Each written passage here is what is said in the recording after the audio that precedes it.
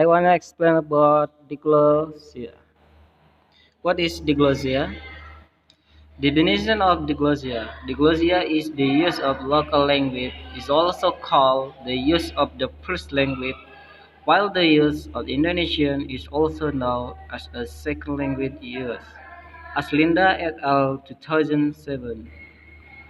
Diglossia relatively to stable language situation in which, in addition to the primary dialects of the language, there is a very divergent, highly codified, superposed variety, which is a learned largely by formal education and is used for most written and formal spoken purposes.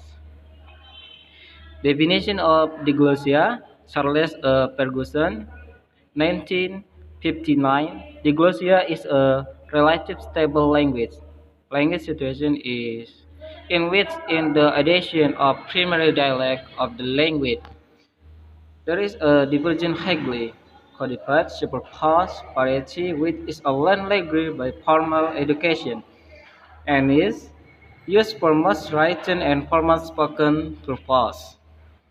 Diglossia is a kind situation where the two variations of language happen in same time. It is not a dialect. If a language is a dialect, that language will not be called diglossia. Variation of diglossia. Diglossia is high variety, is formal, official, and professional. And low variety is informal, friendly, slang, and vulgar. Standard hike, sermon, speech, parliament, university lecture, newspaper, editorial, serious work in literature, and non-standard law, instruction of servant, conversation with friends, conversation in tea hall, conversation with children. In many countries, the globalization of English has introduced a third significant language, so that triglossia and polyglossia is starting to emerge. So the change in one of reflective change. Formal English is used in serious texts and situations, for example, in official document, books, news reports, article, business, letter, or official speeches. Informal English is used in everyday conversation and in personal letter. One is prestige. Prestige speakers consider high as the more powerful to law in a number of respects.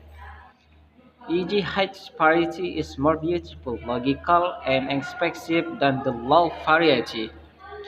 2. Literary heritage. There is a sizable body of written literature in Ha, which is held in high esteem by the speech community.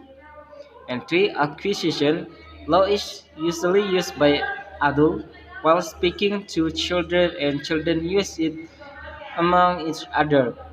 The high parity talks, whereas the L parity is learned. 4. Standardization. There are usually no comparable grammar, dictionaries, and standard texts for the low variety, and any view of that variety is likely to be highly pejorative in nature. There is an established norm for pronunciation, grammar, and vocabulary which allow variation only within certain limits. And 5 is grammar. The grammar of the low variety is generally simple. For instance, fewer destinations in the L variety are marked by the use of grammatical suffix. There, there are also major differences in the vocabulary of the two varieties. E.g., Standard German has 4 cases in the noun, Swiss German has only 3 cases in the noun, and the sixth is lexicon. Include in this total lexicon technical term and learned expression which have no regular equivalent since the subject involved are rarely, if ever, discussed in plural. All included in this total lexicon popular expression and the names of very homely object or object of very localized distribution, which have no regular equivalent since the subject in pulpit are rarely, if ever, discussed in pure.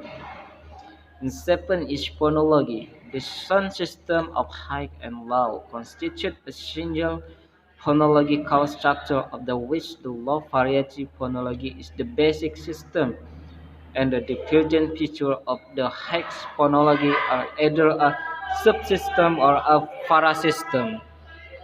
Okay, Ina, thank you so much for your attention. Wassalamualaikum warahmatullahi wabarakatuh.